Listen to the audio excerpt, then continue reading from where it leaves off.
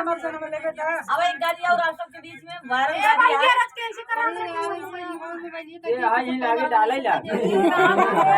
ये कम कर यार, तोरे गोरवा के जाप दे हम मर जाप।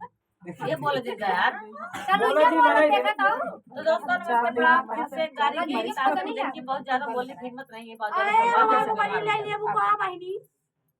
चला कि मुहा जैसे बजाऊं सलहड़िया दुल्हवा करिया बा, मुहा जैसे बजाऊं सलहड़िया दुल्हवा करिया बा।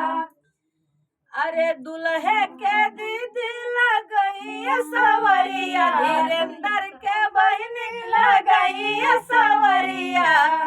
जान मारे सर नहीं पड़ा धीरेन्द्र के बहनी लगई सवरिया,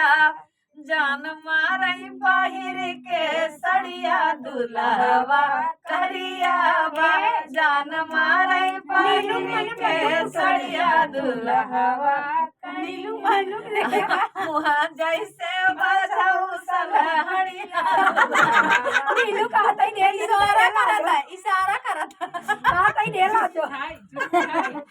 अरे दुल्हे के माई बड़ी हर जाई, दुल्हे के माई बड़ी हर जाई, कई के मैं कब घूमा थी बजरिया दुल्हवा करिया बा, कई के मैं कब घूमा थी बजरिया दुल्हवा करिया बा, मुहा जैसे बजाऊं सलहड़िया दुल्हवा करिया बा।